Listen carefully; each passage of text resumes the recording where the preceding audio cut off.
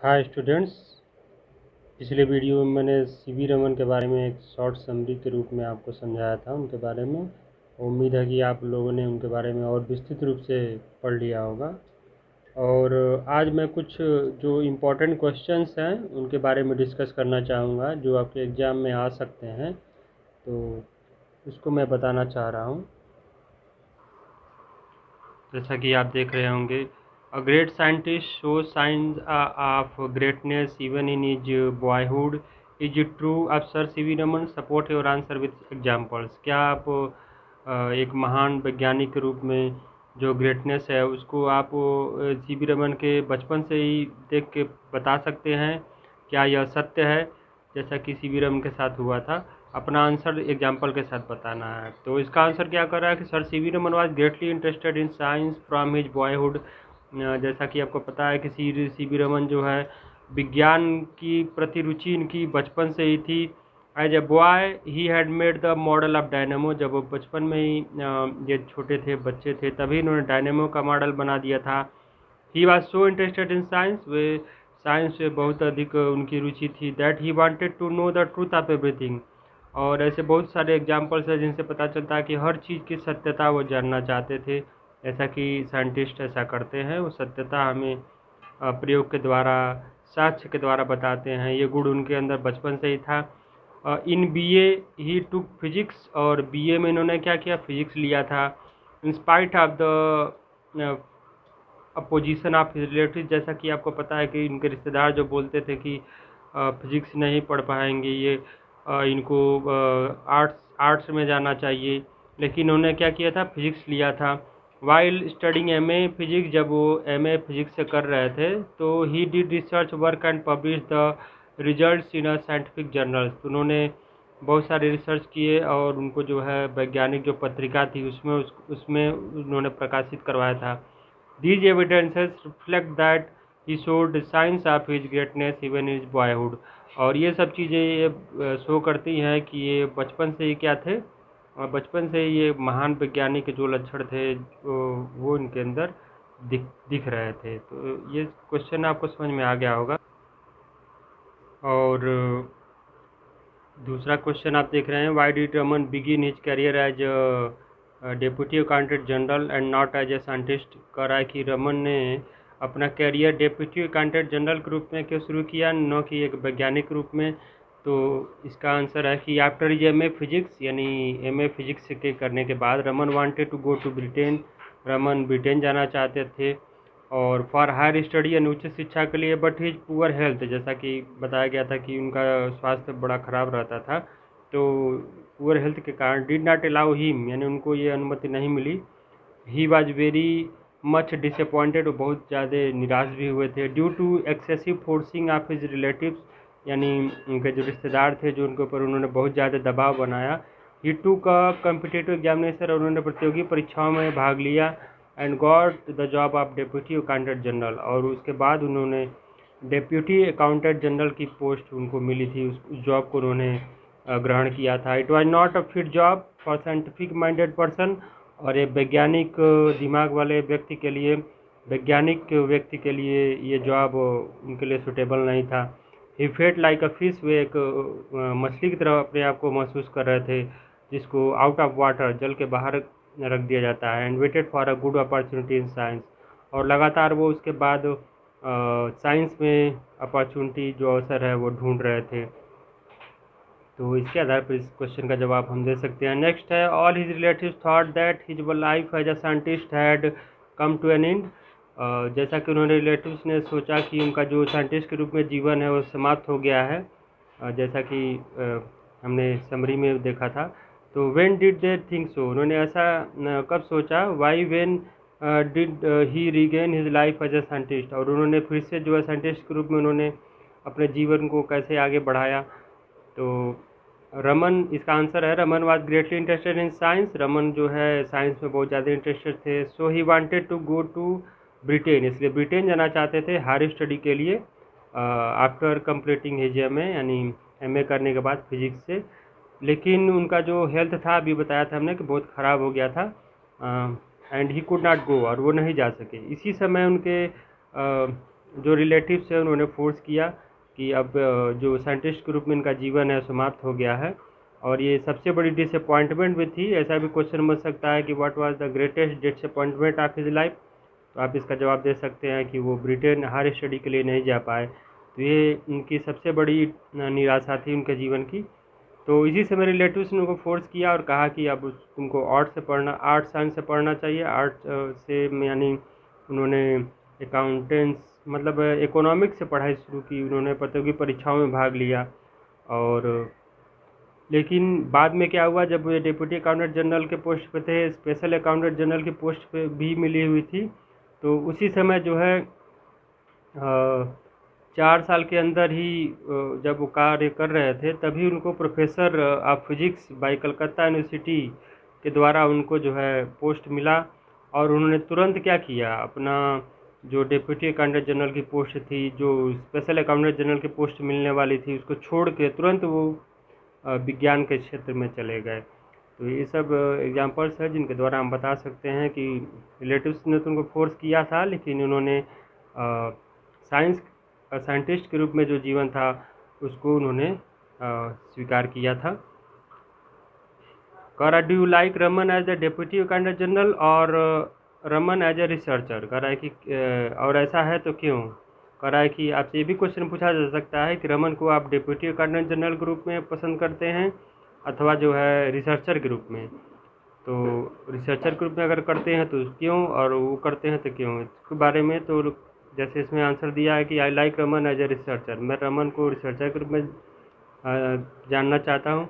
Because he was scientific minded person, क्योंकि वैज्ञानिक मस्तिष्क वाले व्यक्ति थे। Was able to give his country great achievements, जो अपने देश को महान उपलब्धियाँ देना चाहते थे फील्ड ऑफ साइंस यानी विज्ञान के क्षेत्र में। In any other field his talent might have been wasted, क्योंकि और किसी क्षेत्र में जाते तो उनका जो दिमाग था वो वेस्ट होता, क्योंकि उसमें उपलब्धियां तो नहीं दर्ज कर पाते, लेकिन साइंस में ही करते। And our country might have miss such great things, और हमारा जो देश है वो ऐसे बड़ी बड़ी चीज़ों को नहीं गेन कर पाता, नहीं मिल पाता, जैसा कि रमन इफेक्ट नामक एक जो खोज हुआ था जो रमन ने किया था। Every country needs Raman like great scientist, और हर एक देश जो चाहता है कि रमन के जैसा वैज्ञानिक उनको मिले। I wish if there is any other person like Raman in some other field he must come to the field of science, और मैं चाहता हूँ कि रमन के जैसा कोई भी अगर कोई व्यक्ति हमारे देश में है तो उसे साइंस की तरफ ही आना चाहिए। यानी साइंस में रुचि रखने वाला व्यक्ति जो है उस साइंस के प्रति ही उसका जो ध्यान है होना चाहिए। तो ये सब एग्जाम्पल हैं। नेक्स्ट है what is the chief claim of C V Raman to fame and what honours were conferred for him. यानी सी वी रमन ने जो कार्य किए हैं उनके लिए कौन कौन से सम्मान उनको हमारे देश के द्वारा या अन्य देशों के द्वारा जो मिले हैं, कौन कौन से हैं, इसके बारे में हमको क्वेश्चन पूछा जा सकता है। तो the greatest honour that Raman received was the Nobel prize. यानी सबसे बड़ा जो पुरस्कार है जो रमन को मिला था वो नोबेल प्राइज मिला था इन 1930 में in the field of physics, यानी फिजिक्स में योगदान के लिए। For he research on Raman effect, जिन्होंने रमन इफेक्ट रमन प्रभाव नामक जो रिसर्च किया था उसके लिए मिला था। Besides it he received a number of honours, इसके अलावा उन्होंने बहुत सारे और भी सम्मान इनको मिले एंड मेडल्स और पदक मिले। In 1929 he was knighted by King George Fifth, King George Fifth जो 1929 में जिनके द्वारा इनको सर की उपाधि मिली थी। Number of universities honoured him with doctorates, और बहुत सारे विश्वविद्यालयों ने इनको डॉक्टर की उपाधि भी दिए थे इनको, इसलिए इनको डॉक्टर सर भी बोला जाता है, डॉक्टर सी वी रमन भी बोला जाता है। डॉक्टरेट की उपाधि भी मिली थी। इन 1954 ही वाज अवार्डेड भारत रत्न, और 1954 में हमारे देश के द्वारा इनको भारत रत्न की भी जो उपाधि है वो दी गई थी। The Soviet Union honoured him by, Soviet संघ के द्वारा उनको जो है giving the international Lenin prize, उनको इंटरनेशनल लेनिन प्राइज भी दिया गया था इन 1957 में। तो ये जो अचीवमेंट है, ये जो पदक इनको मेडल मिले हैं, इनको हम बता सकते हैं सीवी रमन के अगर क्वेश्चन पूछता है तो, कि कौन कौन से पुरस्कार उनको उनके जीवन में होल लाइफ में उनको मिले थे। तो बहुत सारे।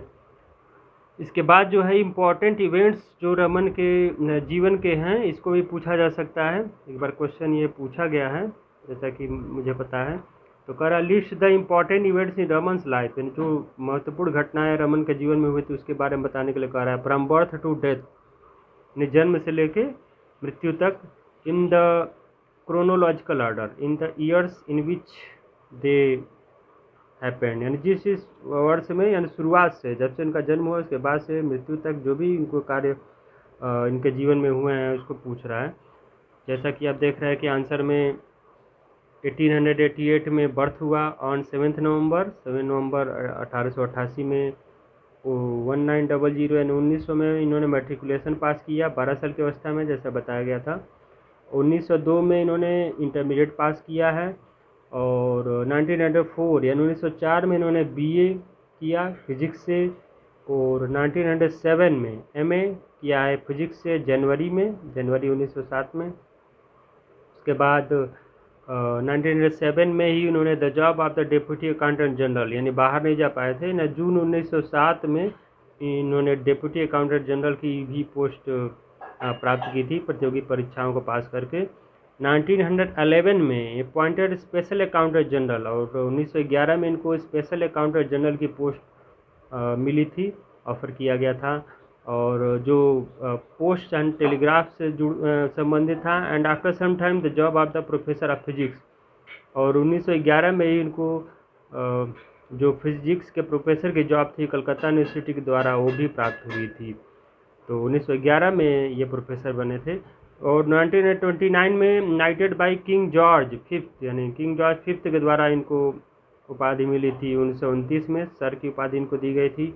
1930 में गॉट नोबेल प्राइज़ इनको दिया गया। रमन इफेक्ट विश्व का सबसे बड़ा पुरस्कार होता है, आप लोगों को पता होगा। और 1948 में became the director of the Raman research institute, और 1948 में जो है ये डायरेक्टर बने थे, और इन्होंने अपना जो संस्थान था उसको खोला था रमन रिसर्च इंस्टीट्यूट के नाम से, तो उसको उन्होंने खोला था। 1954 में रिसीव्ड भारत रत्न, 1954 में इनको भारत रत्न की उपाधि मिली थी। 1957 रिसीव्ड इंटरनेशनल लेनिन प्राइज, यानी इंटरनेशनल लेनिन प्राइज, अंतर्राष्ट्रीय जो लेनिन प्राइज होता है, ये 1957 में इनको मिला था। और 1970 में दुख की बात है कि 21 नवंबर को 1970 को इन्होंने अपना शरीर त्याग किया था। तो इतने महान व्यक्ति के पूरे होल लाइफ में बहुत सारी चीज़ें हुई थी, और इसको मैं ईयर वाइज आपको बता दिया क्या क्या हुआ था। और ऐसा क्वेश्चन अगर पूछा जाए तो आप ये एग्जाम्पल के द्वारा जो मैंने बताया है क्वेश्चन आंसर के द्वारा आप तैयार कर सकते हैं। जैसा कि नेक्स्ट क्वेश्चन देख रहे हैं एडिशनल क्वेश्चंस में, what did Raman do when he saw from the tram of the banner of the Indian association of scientist. में जब वो अकाउंटेंट जनरल की पोस्ट पे थे तभी वो एक बार ट्रैम गाड़ी कलकत्ता में चलती है जैसे कि पता है, तो ट्रैम गाड़ी से सफ़र कर रहे थे, तो अचानक से उनको जो है एक बैनर दिखा जो इंडियन एसोसिएशन ऑफ साइंटिस्ट के नाम से था। तो उन्होंने क्या किया, during his job as the deputy accountant general, and deputy accountant general के पोस्ट पे जब वो कार्य कर रहे थे, तो Raman met the scientist, Raman जो वैज्ञानिकों से मिले, and look interest in science, और उन्होंने उनके साथ विज्ञान में अपनी रुचि को बताया। Once while returning home from the office, जब वो कब हुआ था ऐसा, जब वो ऑफिस से घर जा रहे थे, he saw banner of the Indian association of, तो उन्होंने उसी समय क्या देखा था, इंडियन एसोसिएशन ऑफ साइंटिस्ट का बैनर देखा था। और वो तुरंत जो है वो गाड़ी से उतर के तुरंत जो है उस जगह पे गए जहाँ पे वो बैनर लगा था जिस बिल्डिंग में, और वहाँ पे साइंटिस्ट के साथ वो मिले थे। तो क्या किए थे, तो वैसा हम बता सकते हैं कि तुरंत वो जैसे वो तो फिश आउट ऑफ वाटर जैसा महसूस कर रहे थे, तो तुरंत वो दौड़ के वहाँ पे चले गए।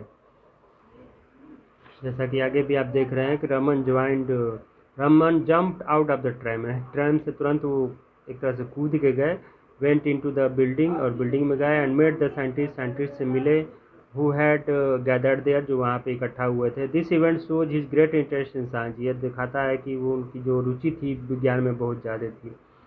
वाट achievements did Raman get during his job as a physics professor, यानी कौन सी उपलब्धियाँ रमन को मिली थी जब वो प्रोफेसर थे फिजिक्स के। While working as a professor of physics, जब वो फिजिक्स के प्रोफेसर के रूप में कार्य कर रहे थे तो in the Calcutta university, Calcutta university में, तो Raman made his famous discovery called the Raman effect. Raman ने उसी समय रमन इफेक्ट नाम का जो क्या था, जो खोज था उसको किया था। He got world famous Nobel prize, जिसको नोबेल प्राइज भी इनको मिला था इस डिस्कवरी के लिए। आफ्टर वर्किंग फॉर 15 ईयर्स, यानी 15 साल तक कार्य करने के बाद एज अ प्रोफेसर, यानी प्रोफेसर के रूप में, he became the director of the Indian institute of sciences at Bangalore, वो बेंगलोर में इंडियन इंस्टीट्यूट ऑफ साइंस के डायरेक्टर बने थे। और 1948 में he started the Raman research institute, उसके बाद 1948 में इन्होंने रमन रिसर्च इंस्टीट्यूट खोला of science and became its director, और उसके डायरेक्टर बन गए। He work there till his death, और वहाँ पे उन्होंने मृत्यु तक होने तक जो है उन्होंने कार्य किया। डूइंग रिसर्च इन फिजिक्स, और फिजिक्स में रिसर्च वो करते रहे। तो ये चीज़ें हुई थी, ये उपलब्धियाँ उन्होंने बहुत सारी प्राप्त की थी। Talking illustration from your book prove that C V Raman had all the qualities of great scientist, तो इसका जवाब भी आप दे सकते हैं कि बुक के आधार पे आप किन आधार पे बता सकते हैं कि रमन जो है एक महान वैज्ञानिक थे। तो Raman had all the qualities of a great scientist, Raman के पास जो है सभी एक महान वैज्ञानिक के गुण थे। बचपन से लेके उनके पूरे जीवन को देख के हम कह सकते हैं, जब यंग मैन थे तो उन्होंने जो हाईली पेड जॉब यानी स्पेशल अकाउंटेंट जनरल की जॉब थी उसको उन्होंने छोड़ दिया। अब प्रोफेसर ऑफ फिजिक्स की जॉब उन्होंने प्राप्त की थी। Due to his great love for science, जो उनके विज्ञान के प्रति लव को दिखाता है, प्रेम को दिखाता है। और during work he even forgot all about his food and rest, और जो है वो रिसर्च के दौरान यानी कोई भी कार्य वो कर रहे होते थे साइंस से जुड़ा हुआ तो अपना भोजन और खाना सब भूल जाते थे। ही वर्क कॉन्टीन्यूसली फॉर आवर्स, वो घंटों कार्य करते थे। एंड ऑफन इज ब्रेकफास्ट, और काफ़ी अपना ब्रेकफास्ट और कॉफ़ी भी भूल जाते थे। He had great curiosity and कीन ऑब्जर्विंग पावर, उनकी उत्सुकता बहुत ज़्यादा थी, और प्रेक्षण करने की जो शक्ति थी, प्रयोग करने की जो क्षमता थी, वो भी उनके अंदर बहुत ज़्यादा थी। तो ये सब उदाहरण हैं जिसके द्वारा हम कह सकते हैं कि सी वी रमन जो है वो महान साइंटिस्ट थे, सभी गुण उनके अंदर थे।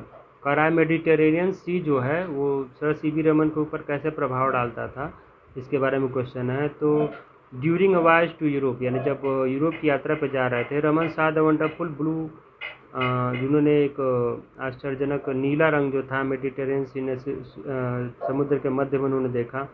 This led him to work on the law of light scattering in liquids, तो इसी के आधार पर उनके मन में हुआ था और उन्होंने पता लगाया कि प्रकाश जो है वो क्या होता है, लिक्विड के अंदर फैलता है, स्कैटर होता है। It ended in is discovery of the Raman effect, और यही जो उनकी थियोरी थी, जो सिद्धांत था, रमन इफेक्ट के नाम से उन्होंने इसको आगे बढ़ाया। This was a unique work in physics, और ये जो था वो बहुत बड़ा एक अद्वितीय कार्य था फिजिक्स के लिए। So he was awarded the Nobel prize for this discovery, और इसी आधार पे हम कह सकते हैं कि उनको नोबेल प्राइज़ की जो मिला है इस डिस्कवरी, इसी डिस्कवरी के लिए मिला हुआ था। तो कह रहा है किस आधार पे हम लोग, नेक्स्ट क्वेश्चन है, कह सकते हैं कि रमन जो है वो एक महान वैज्ञानिक तो थे लेकिन एक दयालु व्यक्ति भी थे। कौन सा ऐसा एग्जाम्पल है? How do you establish that Raman was not only a great scientist but also kind man? ठीक है, तो एक दयालु व्यक्ति भी थे, किस आधार पे कह सकते हैं? इसका जो आंसर है हम दिखाना चाहेंगे कि doubtlessly sir C V Raman was a great Indian scientist, यानी बिना संदेह हम कह सकते हैं सी वी रमन जो है एक महान साइंटिस्ट थे, लेकिन he dedicated his life in the service of science, क्योंकि उन्होंने अपना जीवन जो है क्या किया था, साइंस के लिए दे दिया था पूरी तरह से। उन्होंने ग्रेट डिस्कवरी भी किया था रमन इफेक्ट के नाम से, जो है वंस अ पुअर विलेजर, लेकिन एक ऐसा भी है कि जो काइंड हार्टेड उनको बताता है कि जब कोई डिफ़िकल्टी भी उनके पास आता था वो उसकी हेल्प भी करते थे। ठीक है, तो मैं आपको बताना चाहूँगा कि क्या हुआ था। वंस अ पुअर विलेजर, यानी कि बार गांव का एक लड़का था, उनके पास आया। विथ सम बैडली वांट, नहीं एक विलेजर नहीं, गांव वाला था, लड़का नहीं था, गांव वाला था। वो आया जिसके पास कुछ नोट जो थे, यानी जब वो डेप्यूटी अकाउंटेंट जनरल थे उस समय की बात है, कि जो नोट थे वो बुरी तरह से जल गए थे। और 100 रुपये के सब नोट थे, उस समय 100 रुपये के नोट का बड़ा महत्व था। वो लेके आया था। He help him in the exchange of the notes for new ones. उन्होंने उसकी सहायता की थी। वो दरअसल घटना यह है कि वो बदलवाने के लिए आया हुआ था, लेकिन वहाँ पे क्लर्क थे और जो उससे जुड़े हुए व्यक्ति थे, उन्होंने उसको मना कर दिया, डांट के भगा दिया। लेकिन वो उनके पास आया, उनसे रिक्वेस्ट किया, और उन्होंने ज़्यादातर नोट्स जो थे उसको चेंज करवाया था, नए नोट उसको दिलवाए थे। ये उसकी उनके दयालु होने का एक एग्जाम्पल है। एक बार जो है, once a man paid he back the excess of money paid to him by the office. एक बार उन्होंने एक व्यक्ति का, एक मतलब लड़का था, उसको उनके ऑफिस से जो पैसे उसके बचे थे, जो ज़्यादा हो गए थे, उसको उन्होंने वापस कराया था।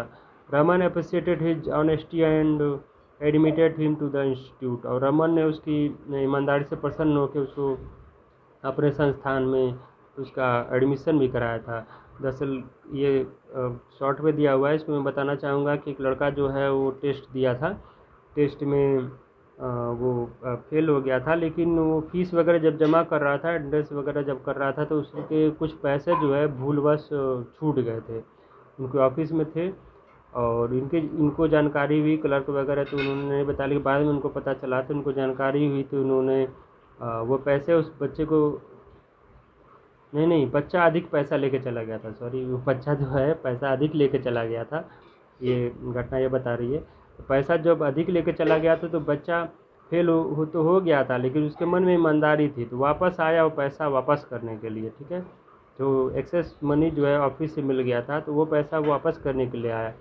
और जब आया तो इनको पता चला, उनसे बातचीत हुआ, और वे उसकी उदारता और ईमानदारी से प्रसन्न हुए, और उन्होंने खुद उसका एडमिशन किया अपने वहाँ, और एक्स्ट्रा क्लासेस भी उसके लिए लेते थे, यानी उसकी ईमानदारी से काफ़ी वो प्रभावित हुए थे।